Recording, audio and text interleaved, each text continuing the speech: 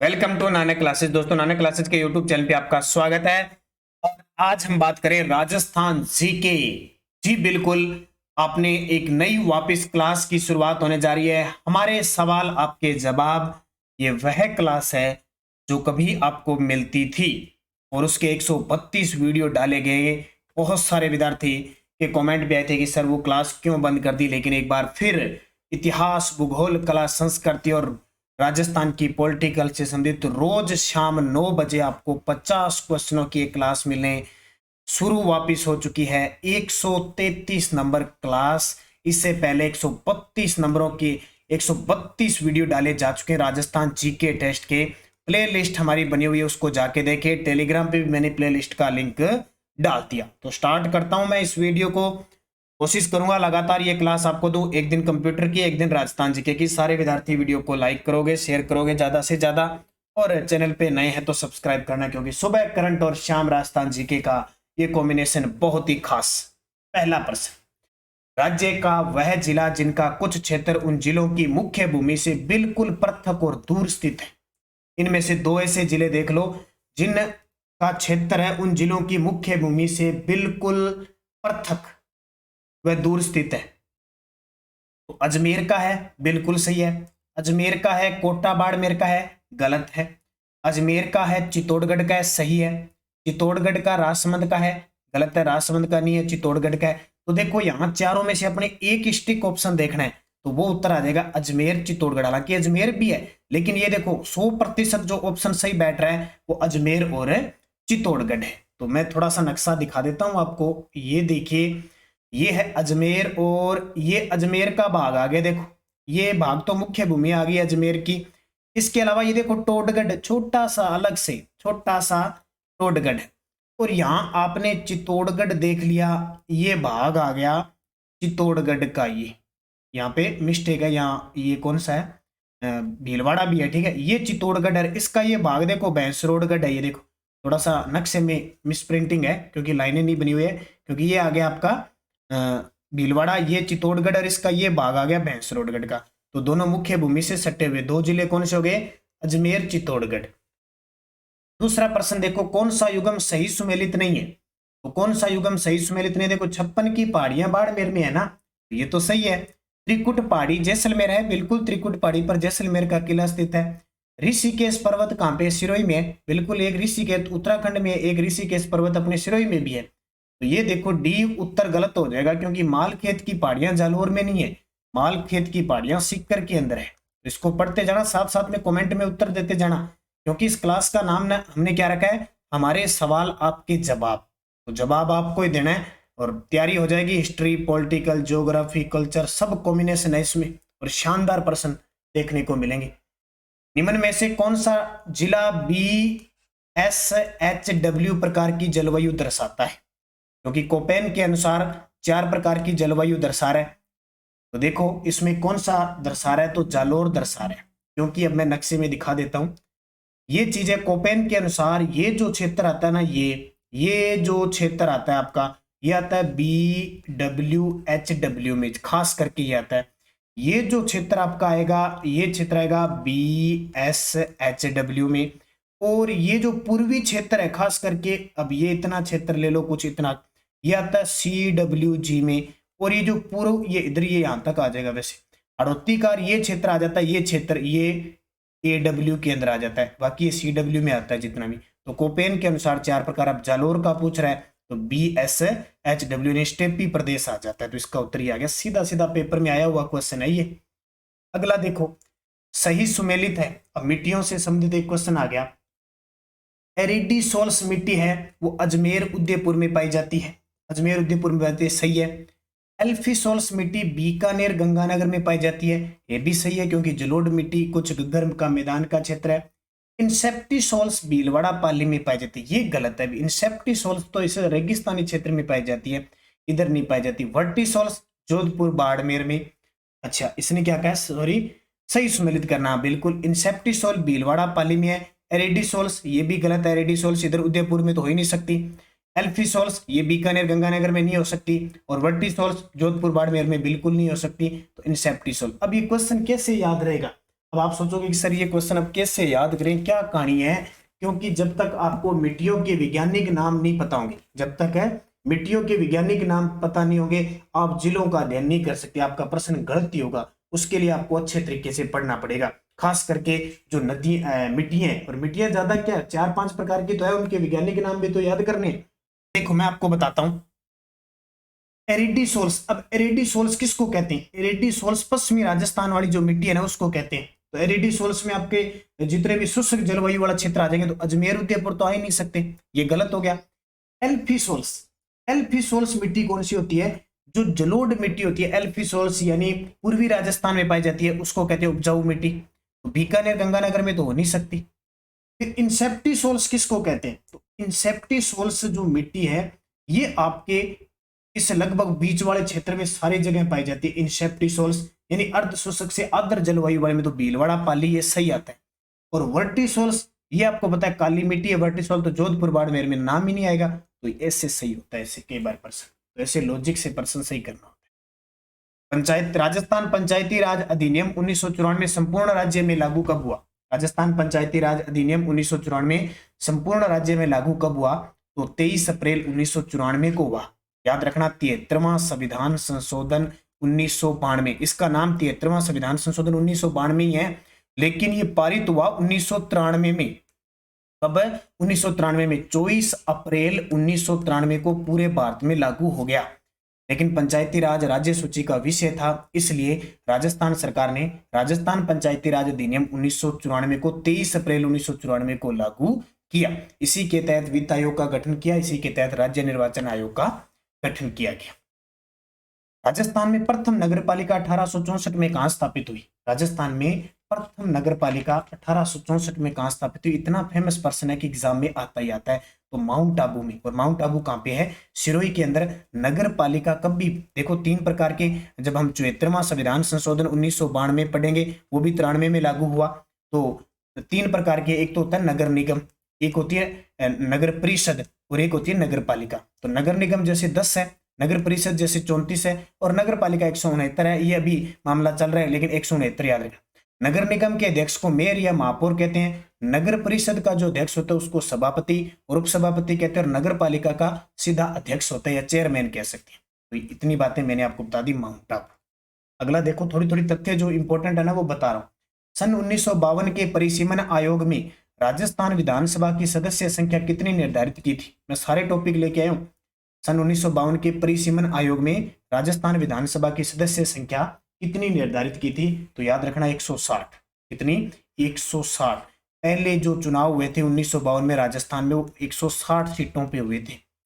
उसके बाद में जो दूसरे चुनाव हुए थे वो 176 सीटों पे हुए थे। चौथे जो चुनाव हुए थे वो 184 सीटों पे हुए थे, और छठे जो चुनाव हुए थे वो 200 सीटों पे हुए थे। आज भी 200 सीटें, इसको याद रखना इंपॉर्टेंट है, क्वेश्चन आता है पेपर में। यहां से राज्य महाधिवक्ता की नियुक्ति किसके द्वारा की जाती है? तो राज्य का जो महाधिवक्ता है ना उसकी नियुक्ति किसके द्वारा की जाती है? महाधिवक्ता की नियुक्ति किसके द्वारा? महाधिवक्ता कौन होता है? राज्य सरकार का सबसे बड़ा वकील होता है, कह सकते हैं, राज्य सरकार की तरफ से वकील होता है। राज्य महाधिवक्ता की वो सरकार की तरफ से पैरवी करता है, तो नियुक्ति हमेशा राज्यपाल करता है। राज्य महाधिवक्ता की नियुक्ति हमेशा राज्यपाल करता है। और राज्यपाल किस अनुच्छेद के तहत करता है? अनुच्छेद 165 के तहत। अनुच्छेद 165 के तहत राज्य महाधिवक्ता की नियुक्ति की जाती है। अब वर्तमान में राजस्थान की महाधिवक्ता कौन है? तो महेंद्र सिंह सिंघवी। राज्य के मुख्यमंत्री जो प्रथम विधानसभा चुनाव में ही चुनाव हार गए थे, राजस्थान के ऐसे मुख्यमंत्री जो प्रथम विधानसभा के चुनाव हुए और उसमें ही हार गए, तो वो जयनारायण व्यास थे।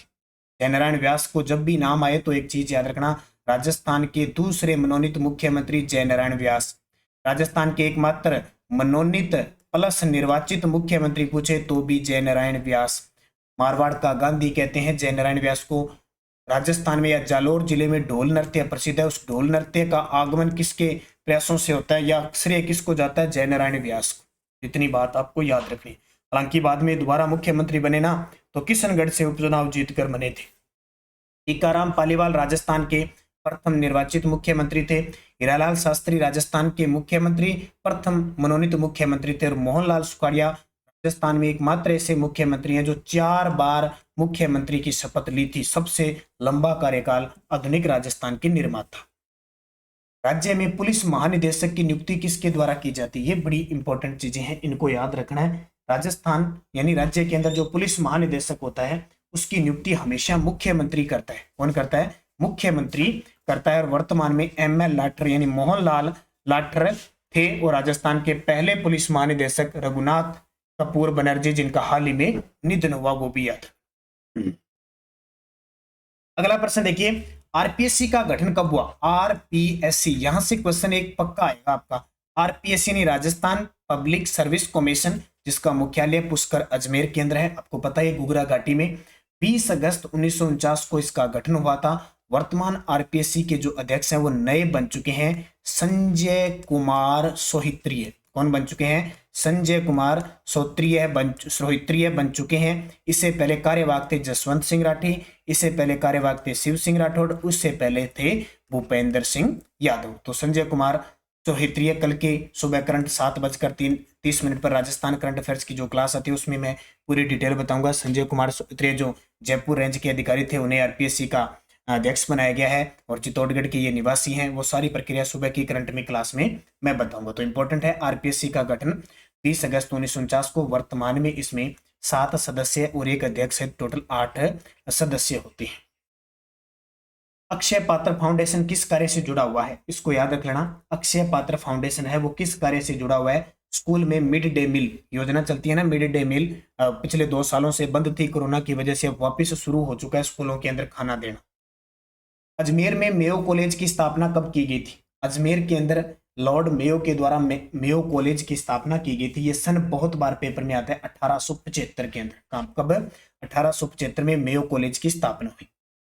राजस्थान साहित्य अकादमी उदयपुर द्वारा प्रकाशित मासिक पत्रिका कौन सी है? राजस्थान साहित्य अकादमी उदयपुर द्वारा प्रकाशित मासिक पत्रिका कौन सी है? तो इसका उत्तर हो जाएगा मधुमती। कौन सी? मधुमती है। जागती ज्योत भी है एक बीकानेर जो साहित्य अकादमी संस्कृत और अकादमी है हमारी, उसके द्वारा ये प्रकाशित की जाती है। तो मधुमती उदयपुर के द्वारा, राजस्थान साहित्य अकादमी उदयपुर। राजस्थान में बायोलॉजिकल पार्क कहाँ कहाँ स्थित है? बायोलॉजिकल पार्क का मतलब जैविक उद्यान। राजस्थान में जैविक उद्यान कहाँ कहाँ स्थित है? ये क्वेश्चन बहुत इंपॉर्टेंट है। देखो, नाहरगढ़ जयपुर में भी है, अबेड़ा कोटा में भी है, माचिया स्पारिक जोधपुर में भी है, उपयुक्त सभी। तो राजस्थान में वर्तमान में बायोलॉजिकल पार्क पूछे तो एक तो सज्जनगढ़ के अंदर है, एक आपका ये बीकानेर के अंदर भी स्थित है। तो टोटल 5 है, नाहरगढ़, जयपुर, अबेड़ा, कोटा, माचिया स्पारी पार्क, जोधपुर, सज्जनगढ़, उदयपुर। ये 4 तो अब क्लियर हो चुके हैं, इनका उद्घाटन हो चुका है। 5वां बीकानेर के अंदर जो मरुधरा बायोलॉजिकल पार्क है बीकानेर में, बिछवाल बीकानेर में, उसका अभी उद्घाटन नहीं हुआ है। तो 4 काम कर रहे हैं अभी, मतलब जनता के लिए खोल दिए गए, 5वां अभी नहीं खोला है। धोक वन मुख्यतः किस अभयारण्य में पाए जाते हैं? धोक जो वन है मुख्यतः किस अभयारण्य में पाए जाते हैं? तो जमुआ रामगढ़ जो जयपुर के अंदर अभयारण्य है वहां पाए जाते हैं, जमुआ रामगढ़। ये देखिए, रामगढ़ विषधारी बूंदी के अंदर जो अभयारण्य है वो राजस्थान का 4था टाइगर रिजर्व बन चुका है, ये आपको पता लग गया। रणथंभौर राजस्थान का राष्ट्रीय उद्यान भी है और राजस्थान का पहला टाइगर रिजर्व भी है। बस्सी चित्तौड़गढ़ के अंदर अभयारण्य। तो थोड़ी थोड़ी बातें 4 ऑप्शनों की कर लेते हैं तो बहुत सारी बातें मिल जाती है। बूर क्या है? नाम सुना होगा, बूर क्या है? बूर का नाम सुना होगा। पशुओं की एक बीमारी है, नहीं है। बाड़मेर में कुएं का नाम है, नहीं है। मरुस्थल की एक सुगंधित घास है, बिल्कुल। ये बूर बहुत ही शानदार है। अपने पश्चिमी राजस्थान में ढोकलिए बनाए जाते हैं, गणगौर पर सुना होगा आपने, गणगौर पर ढोकलिए बनाए जाते हैं, उसमें ये सुगंधित घास डाली जाती है ताकि वो ढोकलिए जो होते हैं अनाज के बनाए जाते हैं, गेहूं के आटे के बनाए जाते हैं। शानदार, कई जगह बनाए जाते हैं, कई जगह में उनका नाम कुछ और ही लिया जाता होगा, लेकिन पश्चिमी राजस्थान में गंगानगर बीकानेर में तो इसको ढोकलिया कहा जाता है। उसमें इस घास का प्रयोग किया जाता है, बड़ी सुगंध आती है इस घास में, ये बताइए आपको। तो मरुस्थल की एक सुगंधित घास है बूर। हरित राजस्थान योजना कब प्रारंभ की गई? हरित राजस्थान योजना है वो कब प्रारंभ की गई? तो इसमें इसको भी बजट में लिया गया है हाल ही में, तो याद रखना 2009 को, 18 जून 2009 को हरित राजस्थान योजना प्रारंभ की गई। इसको याद रख लेना, पेपर में तारीख पूछी जाती है कई बार। साहिवाल किस पशु की नस्ल है? ये तो आपको पता ही होगा, हाल ही में ताजा एग्जाम में क्वेश्चन भी आया है। साहिवाल किस पशु की नस्ल है? तो साहिवाल गाय की है। किसकी? गाय की है। कल परसों एक प्रश्न आया था, निम्न में से एलडीसी, हाईकोर्ट एलडीसी का एग्जाम हुआ था, इसमें आया था निम्न में से कौन सी गाय की नस्ल नहीं है, तो उसमें ऑप्शन एक आया था मुर्रा, अलग ही। मुर्रा किसकी है? भैंस की है। तो पशुओं से जब भी प्रश्न आएगा तो नस्लों से आएगा।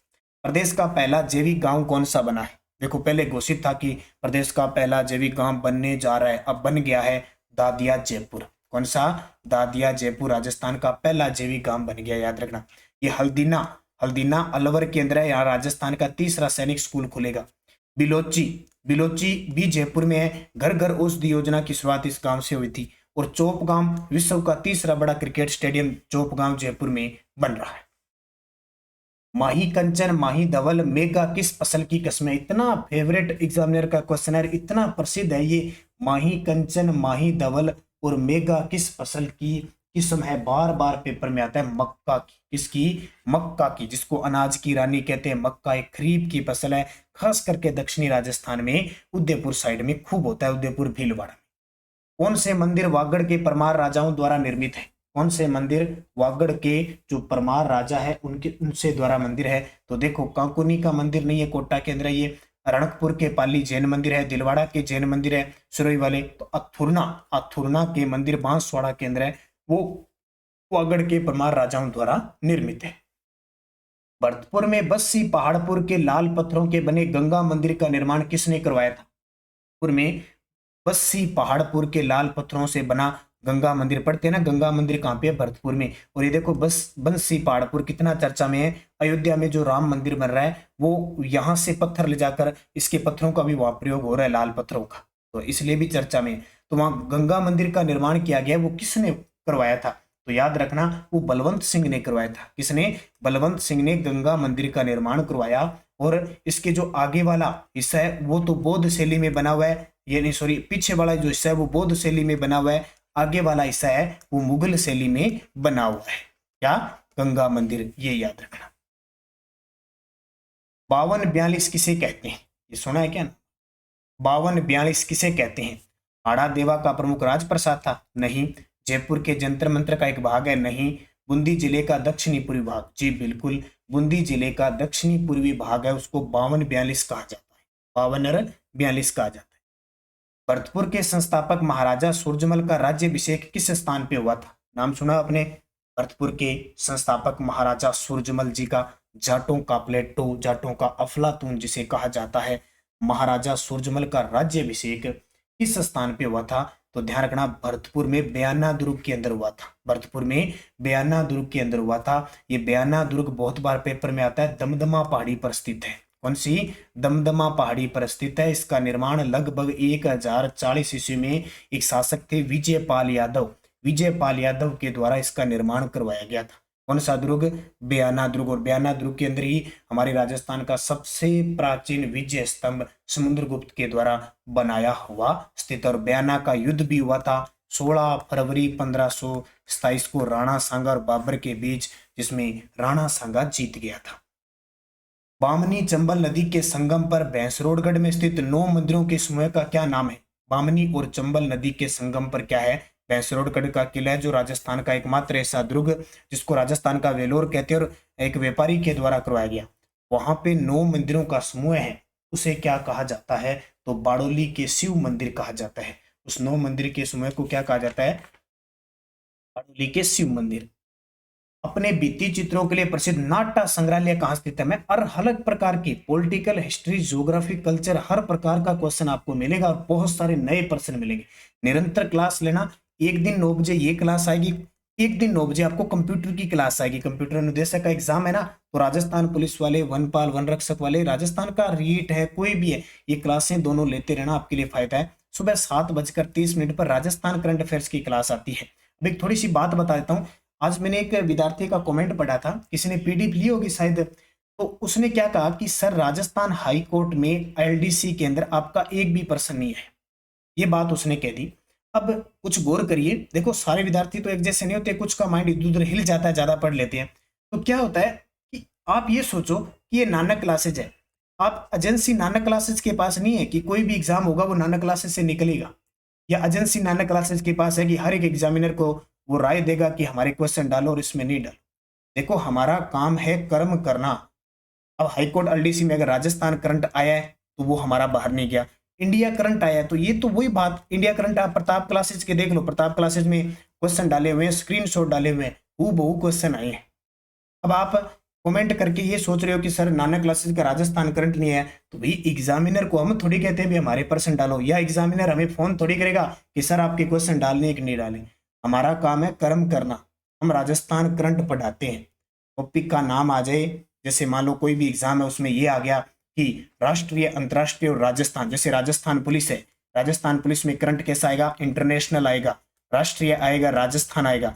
अब एग्जामिनर को अच्छा लगेगा तो अकेला राजस्थान तक उठा सकता है, अकेला राष्ट्रीय उठा सकता है, अकेला अंतर्राष्ट्रीय उठा सकता है, वो एग्जामिनर पर होता है डिपेंड। ये थोड़ा दिमाग लगाया करो।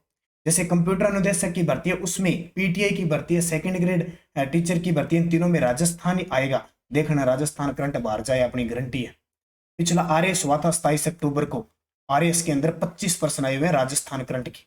21 सितंबर 2021 को कॉलेज लेक्चरर का एग्जाम हुआ है, राजस्थान करंट देखना, राजस्थान करंट पूछा था, सारे क्वेश्चन राजस्थान करंट के आए हुए। तो ये थोड़ा दिमाग लगाया करो, आप सोचा करो कुछ। हमारा काम है कर्म करना, फल जैसा मिलेगा। एग्जामिनर ये थोड़ी पूछ के देगा अभी हम राजस्थान डालें कि नहीं डालें, नहीं डालेगा तो नहीं डालेगा, अपना काम है। हम राजस्थान से बिलोंग करते हैं तो राजस्थान का करंट पढ़ा रहे हैं, बस पढ़ाएंगे। ये चीज ध्यान रखना, कुछ कॉमन सेंस लगाया करो, कुछ सोचा करो। अब कई बार हम एक किताब पूरी पढ़ लेते हैं, उसमें से एक भी प्रश्न नहीं आता, फिर जाके उस किताब वाले को कह दिया करो भी तेरा एक ही प्रश्न नहीं आया। वो किसी से पूछ कर नहीं किया जाता कोई काम। ध्यान, अपने भित्ति चित्रों के लिए प्रसिद्ध नाट्य संग्रहालय कहाँ स्थित है? तो अपने भित्ति चित्रों के लिए जो नाट्य संग्रहालय है वो चूरू के अंदर स्थित है। कहाँ पे? चूरू। अब चूरू बहुत प्रसिद्ध है, शेखावटी क्षेत्र में जो ये हवेलियां हैं बहुत प्रसिद्ध है। जैसे चूरू की मैं एक दो बता देता हूँ, सेठानी का जोड़ा, सेठानी का जोड़ा बड़ाई चर्चा में, पेपर में आता है। कोठारी हवेली, जैसे कोठारी हवेली ध्यान रखना बीकानेर में भी है। एक है कन्हैया लाल, थोड़ी सी मेरे सामने आई है मैं बता रहा हूँ, कन्हैया लाल बागला की हवेली, कन्हैया लाल बागला की हवेली, और खेमका की हवेली, खेमका की हवेली, ये चूरू के अंदर स्थित है। तो भित्ति चित्रों के लिए जो नाट्य संग्रहालय वो चूरू में है। केला बावड़ी कहाँ स्थित है? केला बावड़ी कहाँ स्थित है? तो डूंगरपुर के अंदर केला बावड़ी स्थित है। और डूंगरपुर की जब बात आती है तो गेब सागर झील, गेब सागर झील। इसके अलावा बेणेश्वर धाम डूंगरपुर में है जो सोम माही जाखम नदियों के संगम पर है। इसके अलावा एक याद रखना, नागफेन जी का मंदिर, नागफेन जी का मंदिर वो भी डूंगरपुर के अंदर है। और मुरली मनोहर मंदिर, मुरली मनोहर मंदिर ये भी कहाँ पे है? डूंगरपुर में। बिशप हेबर ने किस नगर के बारे में कहा कि नगर का प्रकोटा मास्को के क्रेमलिन नगर के समान है? बिशप हेबर ने किस नगर के बारे में कहा कि नगर का प्रकोटा है वो मास्को, मास्को कहाँ पे है? मास्को रूस की राजधानी है, कि क्रेमलिन नगर के समान है। तो जयपुर प्रकोटे के बारे में कहा, इसके बारे में जयपुर प्रकोटे के बारे में कहा। जयपुर का क्षेत्र बहुत प्रसिद्ध है। जयपुर में बात करूं, गलताजी तीर्थ, गलताजी तीर्थ का नाम सुना? अभी ताजा ताजा क्यों पढ़ना है? क्योंकि इसको अभी धार्मिक सर्किट के अंदर शामिल किया गया है। गलताजी तीर्थ जिसे मंकी वैली भी कहा जाता है, उत्तर तोती भी कहा जाता है, उत्तर तोताद्री भी कहा जाता है, इसको याद रखना। कृष्णदास पेहारी ने यहाँ पे रामानंदी संप्रदाय की स्थापना की थी। रामानंदी संप्रदाय की पीठ है यहाँ पे। इस गलता तीर्थ को जयपुर का बनारस भी कहते हैं। गालव ऋषि का आश्रम था ये। मंकी वैली, बहुत सारे बंदर है यहाँ पे। तो एक पॉइंट जब भी आ जाता है हम बात कर लेते हैं। शीतला माता का मंदिर कहाँ स्थित है? बड़ा ही सिंपल सा क्वेश्चन है। अभी होली आने वाली है, फाल्गुन पूर्णिमा को, उसके बाद में चैत्र महीना आएगा तो उसमें शीतला माता का मेला लगेगा। चाकसू जयपुर में शीतला माता के मंदिर का निर्माण माधो सिंह ने करवाया था। चैत्र कृष्ण अष्टमी को, चैत्र कृष्ण अष्टमी को यहाँ बड़ा विशाल मेला लगता है शीतला माता का। 1921 में झालावाड़ के शासक भवानी सिंह द्वारा निर्मित भवानी नाट्यशाला किस शैली में बनी है? 1921 में झालावाड़ के शासक भवानी सिंह द्वारा निर्मित भवानी नाट्यशाला किस शैली में बनी है? तो इसका उत्तर हो जाएगा पारसी ओपेरा शैली में। किसमें? पारसी ओपेरा शैली में। कहाँ पे? झालावाड़ के अंदर। झालावाड़ जब भी नाम आता है तो मुझे एक बात जरूर याद आती है कि झालावाड़ में जो झालरापाटन है वो घंटियों का शहर है, घंटियों का शहर है। झालरापाटन जो क्षेत्र है वो पूर्व मुख्यमंत्री वसुंधरा राजे का विधानसभा क्षेत्र है। त्रिकोणा बसा हुआ शहर है। झालावाड़ में मिठे शाह की दरगाह स्थित है, मिठे शाह की दरगाह स्थित है, ये भी ध्यान रखना। इसके अलावा गागरोन का किला, नवलखा किला झालावाड़ के अंदर है। विनोदी राम बालचंद की हवेली है, विनोदी राम बालचंद की हवेली झालावाड़ में है, और 7 सहेलियों का मंदिर कहाँ पे है? झालावाड़ में। निम्न में से कौन सा स्थल जोधपुर में स्थित नहीं है? देखिए कितना सिंपल क्वेश्चन है, जोधपुर में स्थित नहीं है। राखी हवेली है, तुवर जी का जालरा भी है, तापी बावड़ी भी है, ऊंटगिरी दुर्ग नहीं है। ऊंटगिरी दुर्ग कहाँ पे है? करौली में है, जोधपुर में नहीं है ऊंटगिरी दुर्ग। अब दो एक जैसे है राजस्थान में, राजस्थान जी के क्यों नहीं याद होता है? बहुत चीजें देखो, ऊंटगिरी दुर्ग तो है करौली में, जबकि आपसे पूछे उंटाला दुर्ग, उंटाला दुर्ग कहाँ पे है? ये उदयपुर के अंदर है। धावा डोली अभयारण्य कहाँ स्थित है? नाम सुना क्या? धावा डोली अभयारण्य कहाँ स्थित है? तो जोधपुर में भी धावा डोली अभयारण्य, सीधा सीधा याद रख लेना।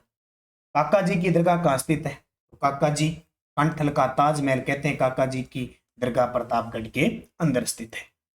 गुरुद्वारा बुड्ढा जोहड़ किस जिले में स्थित है? देखो सिंपल आते हैं प्रश्न, ज्यादा टफ भी नहीं आते हैं, लेवल आएगा पेपर लेवल आएगा, इसलिए हर चीज पढ़नी पड़ेगी, सिंपल भी। गुरुद्वारा बुड्ढा जोहड़ जिला कहाँ पे है? ये कहाँ पे है बुड्ढा जोहड़? किस में? तो श्री गंगानगर के रायसीनगर क्षेत्र में है। उसके बाद देखिए, भारत का चौथा व राजस्थान का प्रथम गौ माता मंदिर कहाँ स्थित है? भारत का चौथा व राजस्थान का प्रथम गौ माता मंदिर कहाँ पे स्थित है? तो सीकर के रेवासा ग्राम में है, सीकर के रेवासा ग्राम में। हीरो का नाग उदयपुर के किस मंदिर में चढ़ाया जाता है? ये देखिए कितना इंपॉर्टेंट क्वेश्चन है। उदयपुर के अंदर एक मंदिर है जहाँ पे हीरो का नाग चढ़ाया जाता है, ये चढ़ाया जाता है एकलिंग नाथ जी का मंदिर। ये नागदा कैलाशपुरी उदयपुर के अंदर एकलिंग नाथ जी का मंदिर है, जिसका निर्माण एक शासक आए थे बप्पा रावल, बप्पा रावल जिन्हें काल भोज के नाम से भी जाना जाता है, काल भोज या बप्पा रावल। उन्होंने एक शिवलिंग था यहाँ पे, हरित ऋषि इनके गुरु थे, उनके आशीर्वाद से उनकी मरने के बाद एकलिंग नाथ जी के मंदिर, और ये मेवाड़ के गोहिल वंशों के ये जो कुल देवता भी हैं, और जितने भी शासक होते थे इनके नाम ये दीवान, यानी इनका शासक चलाते थे इनके दीवान। त्रिपुरा सुंदरी मंदिर कहाँ स्थित है? तो त्रिपुरा सुंदरी मंदिर बांसवाड़ा में है, तलवाड़ा बांसवाड़ा के अंदर। देखो एक है तलवाड़ा झील भी है हनुमानगढ़ में, एक तिलवाड़ा बाड़मेर में है जहाँ मल्लीनाथ जी का मेला लगता है, एक तलवाड़ा बांसवाड़ा के अंदर। तिलवाड़ा के दो तलवाड़ा के दो, वो कोई ज्यादा फर्क नहीं होता, कभी पेपर में से नहीं आता तिलवाड़ा तलवाड़ा, ऐसे अलग से ऑप्शन आ जाते हैं आजकल, तो याद रखना। मानगढ़ धाम किस जिले में है? मानगढ़ धाम कितना सिंपल है, फिर भी पेपर में आता है। अब आपने हाईकोर्ट एलडीसी का पेपर देखा, 2 प्रश्न आगे, राजस्थान का राज्य पुष्प, राजस्थान का राज्य वृक्ष, राज्य पक्षी आ गया, ऐसे प्रश्न आ रहे हैं। बेसिक को गलत नहीं होना चाहिए। आप अगर 50 प्रश्न कर रहे हो, आपको मान लो 40 प्रश्न ऐसे आगे जो इतने सिंपल है, ऐसे प्रश्न आगे 10 आपको नहीं आए, अगर 40 ऐसे प्रश्न आ गए, इनमें से अगर आपके 1-2 गलत हो गए तो आप मेरिट से चूक गए, ये देख लो। तो मानगढ़ धाम कहाँ पे? बांसवाड़ा में है, और यहाँ पे 17 नवंबर 1913 की बात है कि हत्याकांड हुआ था, जिसे राजस्थान का जलियांवाला बाग हत्याकांड कहा जाता है। झुंझुनू के संस्थापक कौन थे? तो झुंझुनू जो रियासत थी, तो अब तो जिला है, झुंझुनू के संस्थापक कौन थे? मोहम्मद खान थे। कौन थे? मोहम्मद खान। ये पेपर में भी आता है। अमीर खां पिंडारी टोंक रियासत के संस्थापक थे। खातौली किस जिले में स्थित है? खातौली का युद्ध सुना होगा आपने, खातौली का युद्ध 1517 ईस्वी में राणा सांगा और इब्राहिम लोदी के बीच हुआ था, जिसमें इब्राहिम लोदी हार गया था, राणा सांगा जीत गया। ये खातौली वर्तमान में कोटा में है, पहले कहाँ होता था? बूंदी में होता था, वर्तमान में कोटा में है। गोसुंडी शिलालेख की लिपि क्या है? ये क्वेश्चन बहुत बार आता है, पिछले पता नहीं 20 में पता नहीं 21 में क्वेश्चन आया था, किस शिलालेख के समय भागवत धर्म की जानकारी मिलती है? भागवत जो है ना, भागवत, उसकी जानकारी मिलती है। गोसुंडी शिलालेख चित्तौड़गढ़ में है ये, और ये जो है वो ब्राह्मी लिपि में लिखित है, ब्राह्मी में। पर्यटक स्थल सामोद महल किस जिले में है? पर्यटक स्थल है सामोद महल, किस जिले में है? तो ये जयपुर में है, और यहाँ पे एक जैसे 7 मंदिर बने हुए हैं, इसलिए भी एक जैसे 7 मंदिर है। जैसे वहां पे है ना नाहरगढ़ दुर्ग में एक जैसे 9 महल, वैसे एक जैसे 7 मंदिर कह दो या महल कह दो, 7 महल बने हुए हैं। और सामोद हनुमान जी का मंदिर है, जहाँ पे राजस्थान का चौथा रोपवे स्टार्ट हो चुका है। सोनी जी की नसिया किस जिले में है? सिंपल सा क्वेश्चन है। सोनी जी की नसिया अजमेर के अंदर है, अजमेर में। भारतीय लोक कला मंडल उदयपुर की स्थापना कब हुई? भारतीय लोक कला मंडल उदयपुर की जो स्थापना हुई थी 1952 के अंदर, देवीलाल सांबर के द्वारा इसकी स्थापना की गई। राजस्थान का लखनऊ किसे कहते हैं? ये शायद कल की क्लास में मैंने पूछा था, कंप्यूटर की कल 9 बजे क्लास हुई थी ना, उसमें पूछा था। राजस्थान का लखनऊ टोंक को कहते हैं। अब लखनऊ नवाबों की नगरी है, वैसे टोंक हमारे क्या नवाबों की नगरी है, इसलिए इसको टोंक को कहा जाता है। टोंक एकमात्र ऐसी मुस्लिम रियासत आपको पता है कि कर्ण की समिति अमीर खां पिंडारी इसके संस्थापक थे, तो लखनऊ कहते हैं। जय और आपको पता है कि राजस्थान का पेरिस किसको कहते हैं, पूर्व का पेरिस, राजस्थान का पेरिस जयपुर को कहते हैं, गुलाबी नगरी कहते हैं जयपुर को। धनुषाकार दौसा है, धातु नगरी नागौर है। पीपासर साथरी किस जिले में स्थित है, बड़ा ही फेमस क्वेश्चन है पीपासर साथरी। तो पीपासर नागौर केंद्र है जहां जाम्बोजी का जन्म हुआ था। प्राकृतिक जलप्रपात अरना झरना कहां स्थित है, प्राकृतिक जलप्रपात है एक अरना झरना कहां स्थित है, तो अरना झरना बस जोधपुर के अंदर है। कहां पे, जोधपुर में। रानी सती मंदिर कहां स्थित है, तो रानी सती मंदिर कहां स्थित है, झुंझुनू के अंदर रानी सती का मंदिर है। केवाई माता का, दधिमती माता का पूछे तो नागौर में है। जीर्ण माता का पूछे तो सीकर में है। शीतला माता, शीला देवी और जमुआई माता का मंदिर पूछे तो जयपुर में है। भारत का पेरिस, भारत का पेरिस किसे कहते हैं, देखो मैंने 50 क्वेश्चन का कॉम्बिनेशन बिठाया, 10 तो पर्सन मैंने सिंपल से दिए ताकि आपको लगे भी बड़े आसान क्वेश्चन है। तो भारत का पेरिस जयपुर को कहते हैं। ब्लू सिटी, सूर्य नगरी, नीला शहर जोधपुर को कहते हैं। झीलों की नगरी, राजस्थान का कश्मीर उदयपुर को कहते हैं। राजस्थान का नालंदा, राजस्थान की शिक्षा नगरी, राजस्थान का औद्योगिक शहर, औद्योगिक सिटी यानी औद्योगिक नगरी कोटा को कहते हैं। तो जयपुर। आज का अंतिम क्वेश्चन 49, ये शायद 1% इधर उधर हो गया, तो ये 49% थे। अब ये क्लास आपको वापस मिलनी शुरू हो चुकी है 9 बजे। हालांकि फिर भी मैं कोशिश कर रहा हूँ शाम का टाइम, कई बार क्लास हो सकता है आपको न भी मिले, क्योंकि जिस स्थान पे मैं रह रहा हूँ, ये समझ लो आपने नाम सुना होगा पंजाब के अंदर पठानकोट, वहाँ पूरा आर्मी एरिया है, और जहाँ जिस क्षेत्र में रह रहा हूँ पूरी आर्मी है। शाम के टाइम नेटवर्क घटा दिया जाता है, बहुत ही कम, बिल्कुल बात तक ही मुश्किल हो पाती है। फिर भी मैं कोशिश करके कैसे भी दिन में टाइम निकाल के आपको ये शाम को ये क्लास देनी शुरू की है। सुबह करंट वाली 7:30 पर वो क्लास लेना, निरंतर मैं 2 क्लासें आपको देता रहूंगा। लगातार अध्ययन कीजिए, प्रयासरत रहिए, मेहनत कीजिए, सफलता आपको निश्चित मिलेगी। धन्यवाद। जय हिंद, जय भारत।